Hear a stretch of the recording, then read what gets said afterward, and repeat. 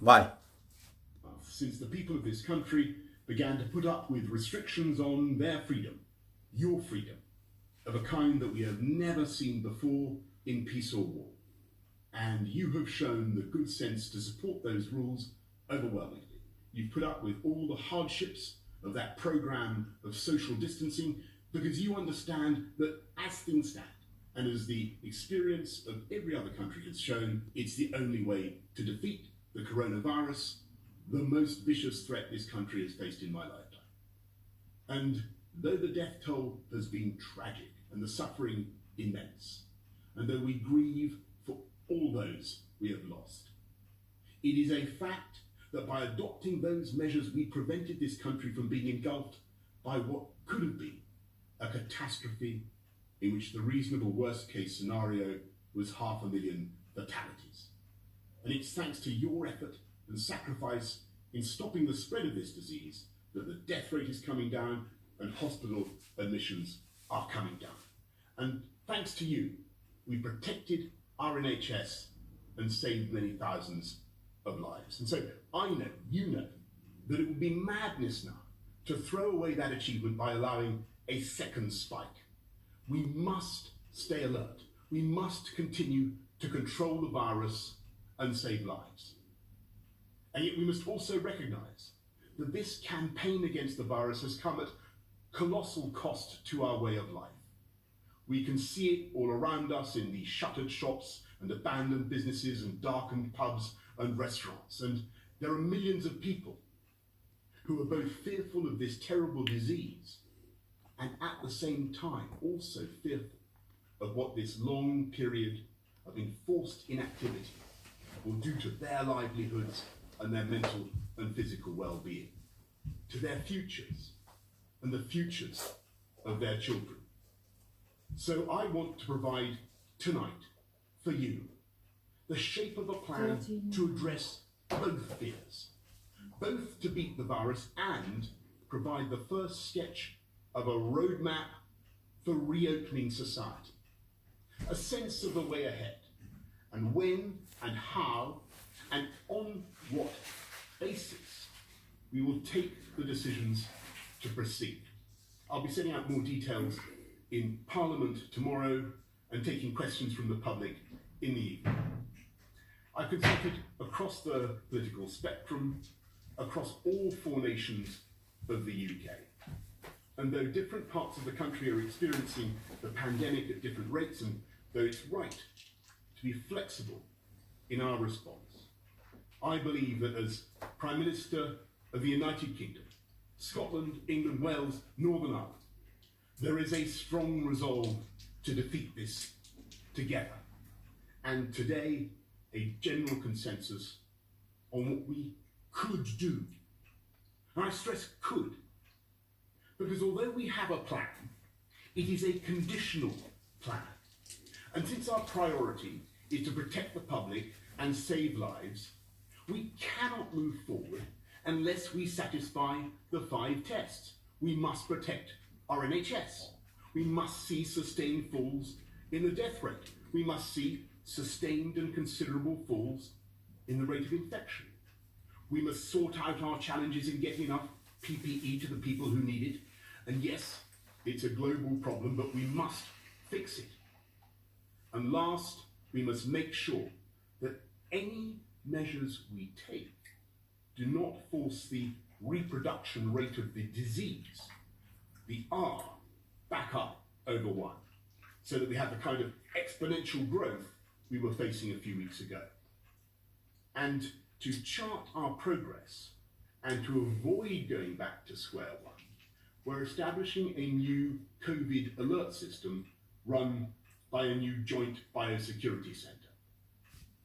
And that COVID alert level will be determined primarily by R and the number of coronavirus cases, and in turn, that COVID alert level will tell us how tough we have to be in our social distancing measures. The lower the level, the fewer the measures, the higher the level, the tougher and stricter we will have to be. There will be 5 alert levels.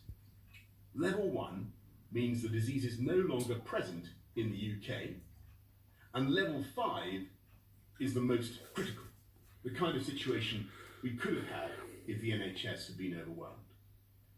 Over the period of the lockdown, we've been in level 4, and it's thanks to your sacrifice we're now in a position to begin to move in steps to level 3. And as we go, everyone will have a role to play in keeping the R down by staying alert and following the rules. And to keep pushing the number of infections down, there are 2 more things we must do. We must reverse rapidly the awful epidemics in care homes and in the NHS. And though the numbers are coming down sharply now, there is plainly much more to be done. And if we're to control this virus, then we must have a world-beating system for testing potential victims and for tracing their contacts. So that, all told, we're testing literally hundreds of thousands of people every day. We've made fast progress on testing, but there is so much more to do now, and we can. When this began, we hadn't seen this disease before, and we didn't fully understand its effects. With every day, we're getting more and more data. We're shining the light of science on this invisible killer, and we will pick it up where it strikes, because our new system will be able in time to detect local flare-ups in your area, as well as giving us a national picture. And yet, when I look at where we are tonight, we have the R below 1, between 0.5 and 0.9, but potentially only just below 1. And though we have made progress in satisfying at least some of the conditions I have given, we have by no means fulfilled all of them. And so, no, this is not the time simply to end the lockdown this week. Instead, we're taking the first careful steps to modify our measures. And the first step is a change of emphasis that we hope that people will act on this week. Must. We now need to stress that anyone who can't work from home, for instance, those in construction or manufacturing, should be actively encouraged to go to work, and we want it to be safe for you to get to work. So you should avoid public transport if at all possible, because we must and will maintain social distancing, and capacity will therefore be limited. So, work from home if you can, but you should go to work if you can't work from home. And to ensure you're safe at work, we've been working to establish new guidance for employers to make workplaces COVID secure. And when you do go to work, if possible, do so by car, or even better, by walking or bicycle. But just as with workplaces, public transport operators will also be following COVID secure standards. And from this Wednesday, we want to encourage people to take more and even unlimited amounts of outdoor exercise. You can sit in the sun in your local park, you can drive to other destinations, you can even play sports, only with members of your own household. You must obey the rules on social distancing, and to enforce those rules, we will increase the fines for the small minority who break them. And so, every day, with ever-increasing data, we will be monitoring the R and the number of new infections and the progress we are making. And if we as a nation begin to fulfill the conditions I have set out, then in the next few weeks and months, we may be able to go further.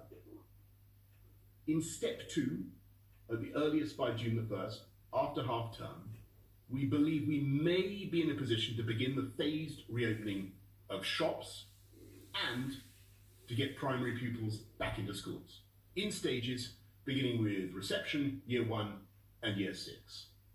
Our ambition is that secondary pupils facing exams next year will get at least some time with their teachers before the holidays, and will shortly be setting out detailed guidance on how to make it work in schools and shops and on transport. And step 3 at the earliest by July, and subject to all these conditions and further scientific advice, if and only if the numbers support it, we will hope to reopen at least some of the hospitality industry and other public places, provided they're safe and enforce social distancing. Throughout this period of the next 2 months, we will be driven not by mere hope or economic necessity. We're going to be driven by the science, the data, and public health. And I must stress again that all of this is conditional. It all depends on a series of big ifs. It depends on all of us, the entire country, to follow the advice, to observe social distancing, and to keep that R down.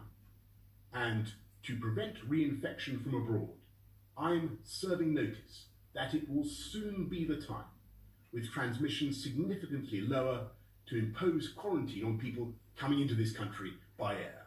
And it's because of your efforts to get the R down and the number of infections down here that this measure will now be effective. And of course, we'll be monitoring our progress locally, regionally, and nationally. And if there are outbreaks, if there are problems, we will not hesitate to put on the brakes. We've been through the initial peak, but it's coming down the mountain that is often more dangerous. We have a route and we have a plan. And everyone in government has the all-consuming pressure and challenge to save lives, restore livelihoods, and gradually restore the freedoms that we need. But in the end, this is a plan that everyone must make work. And when I look at what you've done already, the patience and common sense you've shown, the fortitude of the elderly, whose isolation we all want to end as fast as we can, the incredible bravery and hard work of our NHS staff, our care workers, the devotion and self-sacrifice of all those in every walk of life who are helping us to beat this disease: police, bus drivers, train drivers, pharmacists, supermarket workers, road hauliers, bin collectors, cleaners, security guards, postal workers, our teachers, and 1,000 more. The scientists who are working round the clock to find a vaccine. When I think of the millions of everyday acts of kindness and thoughtfulness that are being performed across this country, and that have helped to get us through this first phase, I know that we can use this plan to get us through the next. And if we can't do it by those dates, and if the alert level won't allow it, we will simply wait and go on until we've got it right. We will come back from this devilish illness. We will come back to health and robust health. And though the UK will be changed by this experience, I believe we can be stronger and better than ever before, more resilient, more innovative, more economically dynamic, but also more generous and more sharing. But for now, we must stay alert, control the virus, and save lives. Thank you very much.